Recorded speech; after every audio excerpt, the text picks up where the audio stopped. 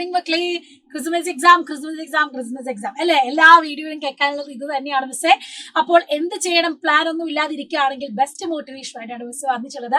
കാരണം നിങ്ങൾക്ക് ഏറ്റവും കൂടുതൽ ആവശ്യം വരുന്നതാണ് ഡയഗ്രാം ബേസ്ഡ് ക്വസ്റ്റ്യൻ. ബയോളജിയിൽ നമുക്കറിയാം 4 മാർക്കിനും 3 മാർക്കിനും ചില സമയത്ത് 2 മാർക്കിനും 1 മാർക്കിനും വരുന്നതാണ് ഡയഗ്രാംസ് തന്നിട്ടുള്ള ക്വസ്റ്റ്യൻ. പക്ഷേ 3 മാർക്കിനും 4 മാർക്കിനും അങ്ങനെയല്ല, പോയാൽ 4 മാർക്ക് വരെ പോകും അല്ലെ? അതുകൊണ്ട് ഡയഗ്രാം ബേസ്ഡ് ക്വസ്റ്റ്യൻസ് വളരെ ഇമ്പോർട്ടന്റ് ആണ്. അതുകൊണ്ടാണ് മിസ് ഈ വീഡിയോ ആയിട്ട് വന്നിട്ടുള്ളത്. അപ്പൊ മക്കളെ, ഇനിയുള്ളത് മിസ്സിന് പറയാനുള്ളത് വളരെ 2 ആഴ്ച സമയം കൂടെ ക്രിസ്മസ് എക്സാം തുടങ്ങാനുള്ളൂ.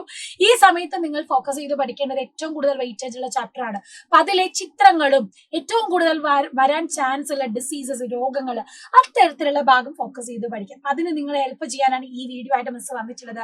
സോ നമുക്ക് നേരെ ഡയഗ്രാം ബേസ്ഡ് ക്വസ്റ്റ്യനിലേക്ക് പോകാം. ആദ്യത്തെ ഡയഗ്രാം നിങ്ങൾക്ക് കണ്ടാൽ തന്നെ മനസ്സിലാവുമല്ലോ. Identify the joint indicated in the following figure. Word of this joints in. നമ്മൾ ജോയിന്റ്സ്, അസ്ഥിസന്ധികളെ പറ്റി പഠിക്കുന്നുണ്ട്. പലതരത്തിലുള്ള അസ്ഥിസന്ധികൾ നമ്മൾ പഠിച്ചിട്ടുണ്ട്. ബോൾ ആൻഡ് സോക്കറ്റ് ജോയിന്റ് ഉണ്ട്, ഹിഞ്ച് ജോയിന്റ് ഉണ്ട്, പിവറ്റ് ജോയിന്റ് ഉണ്ട്, അതുപോലെ തന്നെ ഗ്ലൈഡിംഗ് ജോയിന്റ് ഉണ്ട്. അപ്പൊ ഗോളര സന്ധി, വിജാഗ്ര സന്ധി, ഇത്തരത്തിലുള്ള എല്ലാ സന്ധികളും നമ്മൾ പഠിച്ചു. ചിത്രം തന്നിട്ട് ചോദ്യം ചോദിക്കും, ഇത് ഏത് സന്ധി എന്ന്. അപ്പൊ നിങ്ങൾ പറയൂ, ആ ചിത്രത്തിൽ സൂചിപ്പിച്ചിരിക്കുന്ന അസ്ഥി സന്ധി ഏതാണ്? തന്നിട്ടുള്ളത് കാണുമ്പോൾ നിങ്ങൾക്ക് മനസ്സിലാവുമല്ലോ അല്ലെ? ഒരു ബോൾ, അതിനുള്ളിൽ ഒരു സോക്കറ്റ്. അപ്പൊ നമുക്ക് ഏത് പറയാം? ഇത് ബോൾ ആൻഡ് സോക്കറ്റ് ജോയിന്റ് ആണ്. ബോൾ ആൻഡ് സോക്കറ്റ് ജോയിന്റ് അല്ലെങ്കിൽ ഗോളര സന്ധിയാണ് എന്ന് നമുക്ക് പറയാം. ഇനി ഇത് എവിടെയൊക്കെ കാണുന്നു എന്ന് ചോദിച്ചാലോ, നമ്മുടെ ഷോൾഡറിൽ കാണുന്നത് ഇതാണ്, ഹിപ്പിൽ കാണുന്നത്, ഇടുപ്പിൽ കാണുന്നതും ഇത് തന്നെയാണ്. അപ്പം ഭാഗങ്ങൾ അടയാളപ്പെടുത്തി പഠിക്കണം, എവിടെയൊക്കെ ഈ ജോയിന്റ്, അസ്ഥിസന്ധികൾ കാണുന്നു എന്ന് മനസ്സിലാക്കി വെക്കാം. അടുത്ത പ്രധാനപ്പെട്ട ചിത്രം നോക്കുക. എപ്പോഴും സ്ഥിരമായിട്ട് വരുന്ന ഒരു ഭാഗമാണിത് 3 മാർക്കിനൊക്കെ. What is the concentration of oxygen is high? How does blood carry oxygen? Alveolus കാണുന്നുണ്ടല്ലോ. ഈ ആൽവിയോളസിൽ എങ്ങനെയാണ് നമ്മുടെ ഓക്സിജൻ ക്യാരി ചെയ്യപ്പെടുന്നത്? ഓക്സിജന്റെ ഗാഢത കൂടുതൽ എവിടെയാ? കൂടുതലുള്ളത് നമുക്കറിയാം ആൽവിയോളസിലാണ്. ആൽവിയോളസിലാണ് ഓക്സിജൻ കൂടുതൽ കാണപ്പെടുന്നത്. എങ്ങനെയാണ് ഇത് ക്യാരി ചെയ്യപ്പെട്ടു പോകുന്നത്? നമുക്കറിയാം ഡിഫ്യൂഷൻ വഴി. ഡിഫ്യൂഷൻ വഴി എന്ത് ചെയ്യുന്നു? ഹയർ കോൺസെൻട്രേഷനിൽ നിന്ന് ലോ കോൺസെൻട്രേഷനിലേക്ക്, കൂടുതൽ ഗാഢതയുള്ളിടത്ത് നിന്ന് കുറഞ്ഞ ഗാഢതയിലേക്ക് ഓക്സിജൻ ക്യാരി ചെയ്യപ്പെടുന്നു. പിന്നെയോ രക്തത്തിൽ എത്തിക്കഴിയുമ്പോൾ എന്ത് സംഭവിക്കുന്നു? അത് നമ്മുടെ ഹീമോഗ്ലോബിനുമായിട്ട് ചേരുന്നു. അങ്ങനെ ഹീമോഗ്ലോബിനുമായിട്ട് ചേർന്ന് ഓക്സി ഹീമോഗ്ലോബിൻ ആവുന്നു. ഓക്സി ഹീമോഗ്ലോബിൻ ആയിട്ടാണ് ഇത് രക്തത്തിലൂടെ സംഭവിക്കപ്പെടുന്നത്. എന്നിട്ടോ കലകളിലെത്തുമ്പോൾ അത് തിരിച്ചു ഡിസ്ട്രിബ്യൂട്ട് ചെയ്തു ഓക്സിജൻ കോശത്തിലേക്ക് പോകും. അപ്പം ഡിഫ്യൂഷൻ വഴി അവിടെ വാതക വിനിമയം, ഗ്യാസ് എക്സ്ചേഞ്ച് നടക്കുന്നു. രക്തത്തിലൂടെ ഓക്സി ഹീമോഗ്ലോബിൻ ആയിട്ടാണ് ഓക്സിജനെ സംഭവിക്കപ്പെടുന്നത്. ക്ലിയർ ആയാലോ മക്കളെ? അപ്പൊ ഈ ഭാഗം പഠിച്ചു വെക്കണം. ഗാഢത വെച്ചിട്ടാണ്, ഡിഫ്യൂഷന്റെ ബേസിസിലാണ് ഇവര് ട്രാൻസ്പോർട്ട് നടക്കുന്നത്. അടുത്ത ചോദ്യം, analyse the illustration of anaerobic respiration. Anaerobic respiration തന്നിട്ടുണ്ട്. ഇത് കഴിഞ്ഞ വർഷങ്ങളിലെ ചോദ്യമാണ്. പക്ഷെ നമ്മൾ ഈ വർഷം പഠിക്കുന്നുണ്ട് രണ്ടും. പക്ഷെ തന്നിട്ടുള്ളത് ഈ ഒരു രീതിയിലുള്ള ഫ്ലോ ചാർട്ട് വെച്ചിട്ടാണ്. സെയിം ആൻഡ് ക്വസ്റ്റ്യൻ രീതി തന്നെയാണ്. ഗ്ലൂക്കോസ് എന്താവുന്നു? പൈറൂവിക് ആസിഡ് ആണ്. ഗ്ലൈക്കോളിസിസ് അതേപോലെ നടക്കുന്നു. പക്ഷേ ബാക്ടീരിയയിൽ എന്തായിട്ടാണ് ഇത് മാറുന്നത്? ബാക്ടീരിയയിൽ നമുക്കറിയാം അവിടെ ലാക്ടിക് ആസിഡ് ഫോം ചെയ്യുന്നു അല്ലെ? അവിടെ എന്ത് ഫോം ചെയ്യുന്നു? ലാക്ടിക് ആസിഡ് ഫോം ചെയ്യുന്നു. ലാക്ടിക് ആസിഡ് ഫോം ചെയ്യുന്നു. എന്നാൽ ഈസ്റ്റിലോ? ഈസ്റ്റിൽ നമുക്കറിയാം, ഈസ്റ്റിൽ എന്താ ഫോം ചെയ്യുന്നത്? Alcohol plus carbon dioxide ആണ്. ആൽക്കഹോളും കാർബൺ ഡൈ ഓക്സൈഡുമാണ് ഈസ്റ്റിൽ ഫോം ചെയ്യുക. അതുകൊണ്ടാണ് അപ്പ പുളിപ്പിക്കുമ്പോൾ പുളിപ്പുണ്ടാവുന്നതും അതിൽ നമ്മൾ ചുടുന്ന സമയത്ത് അതിൽ ചെറിയ ചെറിയ തുളകൾ കാണുന്നതും. In which circumstances formation one takes place in human body? മനുഷ്യ ശരീരത്തിലും മിസ് പറഞ്ഞിരുന്നു അനൈറോബിക് റെസ്പിറേഷൻ നടക്കുന്നുണ്ട്. ലാക്ടിക് ആസിഡ് എവിടെയാണ്? നമ്മുടെ ബോഡിയിലെ മസിൽസിലാണ് അല്ലെ? മസിൽസിൽ, പേശികളിൽ എന്ത് നടക്കുന്നുണ്ട്? പേശികളിൽ എന്ത് നടക്കുന്നുണ്ട്? ലാക്ടിക് ആസിഡ് ഉണ്ടാവുന്നുണ്ട്. എപ്പോൾ? സ്ട്രെനസ് എക്സസൈസ്, നമ്മൾ കഠിനമായിട്ട് വ്യായാമം ചെയ്യുമ്പോൾ, സ്ട്രെനസ് ആയിട്ടുള്ള എക്സസൈസ് ചെയ്യുമ്പോൾ, സ്ട്രെനസ് ആയിട്ടുള്ള എക്സസൈസ് ചെയ്യുമ്പോൾ, കഠിനമായിട്ടുള്ള വ്യായാമം ചെയ്യുമ്പോൾ,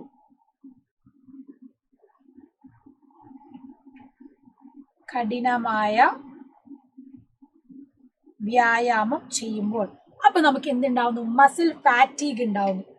അപ്പൊ മസിൽ ഫാറ്റീഗ് ഉണ്ടാവുന്നുണ്ട്. പേശിക്ലമം. ഈ പേശിക്ലമം ഉണ്ടാവുമ്പോൾ നമുക്ക് എന്തുണ്ടാവാം? ആ ലാക്ടിക് ആസിഡ് ഉണ്ടാവുന്നതുകൊണ്ടാണ് പേശിക്ലമം ഉണ്ടാവുന്നത്. അപ്പൊ മസിൽസിൽ ലാക്ടിക് ആസിഡ് ഉണ്ടാവുന്നത് പേശിക്ലമം ഉണ്ടാവുമ്പോൾ. അടുത്ത് നോക്കിക്കേ മസിൽസ് തന്നിട്ടുണ്ട്. Identify the muscle indicated as X and Y. എക്സും വൈയും കണ്ടാൽ അറിയാലോ. എക്സ് നമ്മുടെ കാർഡിയാക് മസിൽ ഹൃദയപേശിയാണ്. വൈ സ്പിൻഡിലാകൃതിയിൽ കാണുന്നത് സ്മൂത്ത് മസിൽ മൃദുല പേശിയാണ്. ഇനി വൈ എന്ന് സൂചിച്ചിരിക്കുന്ന പേശിയുടെ ഏതെങ്കിലും രണ്ട് സവിശേഷതകൾ എഴുതാം. സ്പിൻഡിൽ ആകൃതിയിലാണ് അത് കാണുന്നത്. അതുപോലെ തന്നെ എന്താണ് ആമാശയ ഭിത്തിയിലും കുടലിലൊക്കെയാണ് നമ്മൾ ഈ ഒരു മൃദുല പേശി കാണുന്നത്. അതുമാത്രമാണോ ഇത് തമ്മിലുള്ള ഈ പേശികൾ തമ്മിലുള്ള ഏതെങ്കിലും ഒരു സമാനത എഴുതാൻ? നമുക്കറിയാം കാർഡിയാക് മസിൽ ആണെങ്കിലും സ്മൂത്ത് മസിൽ ആണെങ്കിലും ഹൃദയ പേശി ആണെങ്കിലും മിനുസപേശി ആണെങ്കിലും അവർക്ക് ചെയ്യാൻ പറ്റുന്നത് അനൈച്ഛിക ചലനങ്ങളാണ്. They only make involuntary movements. അതൊരു പ്രത്യേക കോമൺ പോയിന്റ് ആണ്. സ്കെലിറ്റൽ മസിൽ അല്ലെങ്കിൽ അസ്ഥിപേശികൾക്ക് മാത്രമാണ് എന്ത് വോളണ്ടറി ആക്ഷൻസ് ചെയ്യാൻ കഴിയുള്ളൂ. അടുത്ത ചോദ്യം നോക്കാം. മൈറ്റോകോൺട്രിയ തന്നിട്ടുണ്ട്. Name the phase of cellular respiration takes place. Cellular റെസ്പിറേഷനിലെ ക്രെബ്സ് സൈക്കിൾ ആണ് ഇവിടെ നടക്കുന്നത് അല്ലെ. നമ്മുടെ ക്രെബ്സ് സൈക്കിൾ ആണ് മൈറ്റോകോൺട്രിയയിൽ നടക്കുന്നത്. Important chemical reactions pyruvic acid ഓക്സിജനുമായിട്ട് കമ്പൈൻ ചെയ്ത് എന്തുണ്ടാവുന്നു? കാർബൺ ഡൈ ഓക്സൈഡും വാട്ടറും ATP ഉണ്ടാവുന്നു. ഇതാണ് നമ്മുടെ ക്രെബ്സ് സൈക്കിളിന്റെ ഘട്ടം അല്ലെ. ഇതാണ് മൈറ്റോകോൺട്രിയയിൽ വെച്ച് നടക്കുന്നത്. അപ്പം ഗ്ലൈക്കോളിസിസിനും ക്രെബ്സ് സൈക്കിളിന്റെ ഘട്ടം പഠിക്കണം. രണ്ടിനെ വ്യത്യാസം ചോദിക്കാറുണ്ട്, അതും പഠിച്ചു വെക്കാം. ഇതും സ്ഥിരമായിട്ട് വരുന്ന ഒരു ചിത്രമാണ്. നമ്മുടെ ടെക്സ്റ്റ് ബുക്കിൽ വ്യക്തമായിട്ട് നമുക്ക് പഠിക്കാനുണ്ട്. Locate the position of Bowman's capsule in the kidney. കിഡ്നിയിൽ എവിടെയാ മക്കളെ ബോമാൻസ് ക്യാപ്സ്യൂൾ നമ്മൾ കാണുക? നമ്മൾ കിഡ്നിയുടെ കോർട്ടക്സ് റീജിയനിലാണ് ബോമാൻസ് ക്യാപ്സ്യൂൾ കാണുക. നമ്മൾ കിഡ്നിയുടെ കോർട്ടക്സ് പഠിച്ചില്ലേ? ഏറ്റവും പുറമേ ആയിട്ട് കോർട്ടക്സും ഉള്ളിലും മെഡുല്ലയും ഉണ്ട്. ബോമാൻസ് ക്യാപ്സ്യൂളിന് ഉള്ളിലേക്ക് പ്രവേശിക്കുന്ന കുഴലുകൾ റീനൽ ആർട്ടറി കാണുന്നത് എവിടെയാ? അത് മെഡുല്ല അല്ലെ. ബോമാൻസ് ക്യാപ്സ്യൂളിലേക്ക് പ്രവേശിക്കുന്ന വൃക്കാധമനിയുടെ ശാഖ. ക്വസ്റ്റ്യൻ അതല്ല. Name the branch of renal artery which enter the Bowman's capsule. അതായത് ഈ ബോമാൻസ് ക്യാപ്സ്യൂളിൽ ഉള്ളിലേക്ക് പ്രവേശിക്കുന്ന വെസൽ ഏതാണെന്നാണ്. അതേതാണ്? അഫറന്റ് വെസലാണ്. അഫറന്റ് വെസലാണ് കേട്ടോ. അഫറന്റ് വെസലാണ്. അതുപോലെ തന്നെ C question. Name the network of capillary scene in the Bowman's capsule. ഇതിന്റെ ഉള്ളിൽ കാണുന്ന ഈ രക്തലോമികനെ നമ്മൾ പറയുന്നത് എന്താ? ഗ്ലോമറുലസ് അല്ലെ. നമ്മൾ പറയുന്നത് ഗ്ലോമറുലസ് എന്നാണ്. ഗ്ലോമറുലസ്. അപ്പൊ 3 മാർക്കിന് ഇതുപോലെ സബ് ക്വസ്റ്റ്യൻസ് വരും കേട്ടോ, പഠിക്കണം. അടുത്ത ചോദ്യം നോക്കാം. Redraw the given diagram, label the part specified below. ഇവിടെ നമുക്ക് വൃക്കയുടെ ഭാഗം തന്നിട്ടുണ്ട്. ഇത് റീഡ്രോ ചെയ്യണം. മിസ് നേരത്തെ വരച്ച പോലെ തന്നെ റീഡ്രോ ചെയ്യാവുന്നതേ ഉള്ളൂ. കിഡ്നി വരയ്ക്കുക, 2 കുഴലുകൾ വരയ്ക്കുക. ഓക്കെ. ആൻഡ് ഇവിടെ നമുക്ക് ഇതുപോലെ കുറച്ച് പിരമിഡ് പോലെ വരയ്ക്കാം.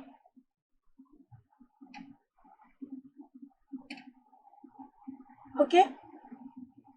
യെസ്. ആൻഡ് അവിടെ നിന്ന് നിങ്ങൾക്ക് എന്ത് ചെയ്യാം? ഇതുപോലെ ശാഖ തിരിയുന്ന പോലെ വരയ്ക്കാം. കുറച്ചുകൂടെ വൃത്തിയിൽ വരയ്ക്കാൻ മിസ് നിങ്ങൾക്ക് കാണിച്ചു തരാൻ വേണ്ടി വരയ്ക്കാം കേട്ടോ. അപ്പൊ നെഫ്രോണുകൾ അതിസൂക്ഷ്മ അരിപ്പകൾ കാണുന്ന ഭാഗം എവിടെയാണെന്നാണ്. സൂക്ഷ്മ അരിപ്പകൾ നമ്മൾ കാണുന്ന എവിടെയാണ്? നേരത്തെ നമ്മൾ പറഞ്ഞു കോർട്ടെക്സിലാണ്.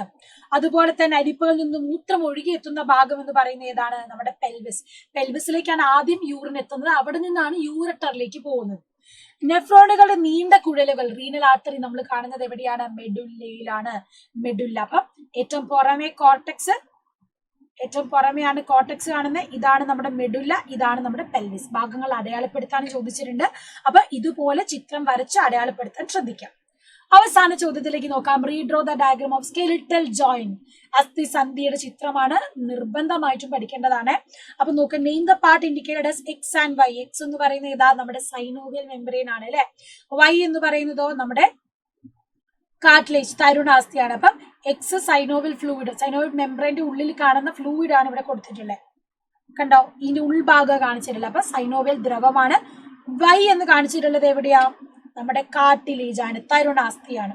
ചോദ്യം എക്സ് വൈ എന്നിവയുടെ ധർമ്മം. എക്സ് എന്തിനാണ്? സ്നേഹകമായി പ്രവർത്തിക്കുന്നു അല്ലെ. ഒരു ലുബ്രിക്കന്റ് ആയിട്ട് ആക്ട് ചെയ്യാനാണ് നമ്മുടെ സൈനോവിയൽ ദ്രവമുള്ളത്. 2 അസ്ഥികളുടെ മൂവ്മെന്റ് എളുപ്പമാക്കാൻ, ചലനം വേഗത്തിലാക്കാൻ സഹായിക്കുന്നു.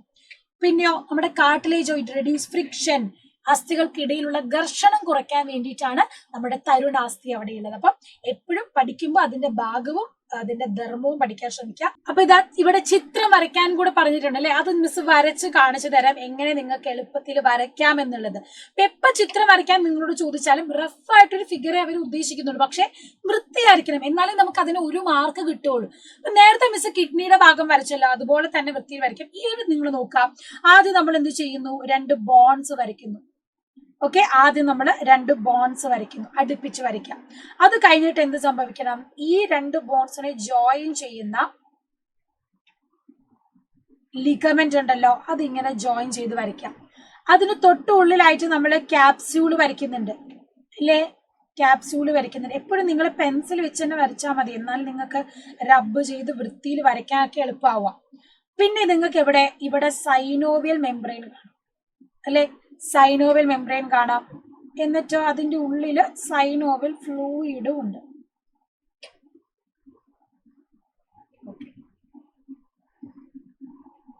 ഇനിയോ ഈ ഭാഗത്തൊന്ന് കുറച്ച് ഷെയ്ഡ് ചെയ്ത് കൊടുക്കാം.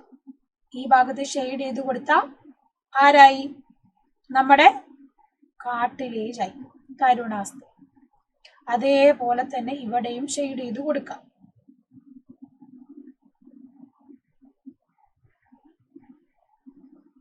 അപ്പൊ ആദ്യം നിങ്ങൾ വരയ്ക്കുക കേട്ടോ, വരച്ചിട്ട് വേണം ബാക്കിയുള്ള ആൻസറിലേക്ക് പോവാൻ.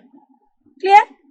പിന്നെ വേണമെങ്കിൽ ഇവിടെ ജസ്റ്റ് ഡിസൈൻ ഒക്കെ കൊടുത്തോ, അല്ലെങ്കിൽ ഷെയ്ഡൊക്കെ കൊടുത്തോ, സമയം ഉണ്ടെങ്കിൽ മാത്രം, അല്ലെങ്കിൽ വലിയ ഭംഗിയാക്കാനൊന്നും പോകണ്ട. അപ്പൊ എക്സ് എന്ന് പറഞ്ഞത് ഏതായിരുന്നു, ഈ ഭാഗമാണ് എക്സ് എന്ന് പറയുന്നത്. സൈനോവിയൽ ഫ്ലൂയിഡ്, സൈനോവിയൽ ഫ്ലൂയിഡ് അല്ലെങ്കിൽ സൈനോവിയൽ ദ്രവം. വൈ എന്ന് പറയുന്നത് ഏതായിരുന്നു, നമ്മുടെ കാർട്ടിലേജ് അല്ലെ. അപ്പൊ വൈ എന്ന് പറയുന്നത് ഇതേപോലെ വരയ്ക്കാം, കാർട്ടിലേജ്, തരുണാസ്ഥി. കണ്ടോ, ഇതുപോലെ വരച്ചാൽ നിങ്ങൾക്ക് എന്തായാലും 4 മാർക്ക് കിട്ടും. അതിന്റെ ധർമ്മം കൂടെ എഴുതിയാൽ മതി. ഇനി നേരത്തെ പറഞ്ഞ കോർട്ടക്സ് കൂടെ വരയ്ക്കുക, അല്ലെങ്കിൽ കിഡ്നി വരയ്ക്കുന്നത് മിസ് പറഞ്ഞുതരാം. ഇതുപോലെ കിഡ്നി ഒരു ബീം ഷേപ്പിൽ വരയ്ക്കുക.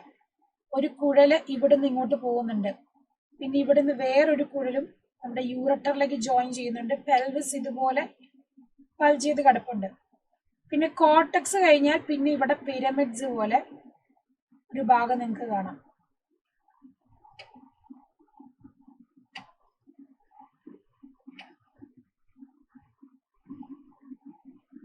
ഓക്കെ, അപ്പൊ ഇതാണ് നമ്മുടെ കോർട്ടക്സ് എന്ന് പറയുന്ന ഭാഗം. പിന്നെ ഇവിടെ മെഡുലയുണ്ട്. അത് കൂടാതെ എന്താ, ഇവിടുന്ന് ഇങ്ങനെ ചെറിയ പ്രൊജക്ഷൻസ് പോകുന്നുണ്ട്. അത് കുറച്ച് വൃത്തിയിൽ നിങ്ങളെ കൊണ്ടാവുന്ന രീതിയിൽ അങ്ങ് വരച്ചാൽ വൃത്തിയാവുക. നമ്മൾ അടയാളപ്പെടുത്തുന്ന ഭാഗം വൃത്തി വരയ്ക്കുക എന്നുള്ളതേ ഉള്ളൂ. ആൻഡ് ഇവിടെ നിന്നാണ് ബി പെൽവിസ് വരുന്നത്. ആൻഡ് മെഡുല്ല നമുക്കറിയാം ഈ ഒരു റീജിയൻ ആണ്, സി മെഡുല്ല. ഓക്കെ, അപ്പൊ ഇതുപോലത്തെ ഡയഗ്രാമറ്റിക് ക്വസ്റ്റ്യൻസ് വരയ്ക്കുമ്പോൾ നല്ലോണം ശ്രദ്ധിച്ച് തന്നെ വരയ്ക്കുക. 4 മാർക്കിന് 1 മാർക്ക് വരയ്ക്കുന്നതിനാണ്, റീഡ്രൂ ചെയ്യുന്നതിനാണ്. അപ്പൊ അത് ടെക്സ്റ്റ്, ആ ചിത്രം എങ്ങനെയാണ് ക്വസ്റ്റ്യൻ പേപ്പർ ഉള്ളത് അതുപോലെ നിങ്ങൾ ആ ഒരു ഷെയ്ഡൊക്കെ കൊടുത്ത് വൃത്തി വരയ്ക്കുക. ഭാഗങ്ങൾ വൃത്തിയിൽ അടയാളപ്പെടുത്താനും ശ്രദ്ധിക്കുക. ഓക്കെ, ഇതുപോലത്തെ ഇൻഫോർമേറ്റീവ് വീഡിയോ ടിപ്സ് വീണ്ടും വരെ അടിപൊളിയായിട്ട് തന്നെ പഠിക്കാൻ ശ്രമിക്കുക. All the best, by.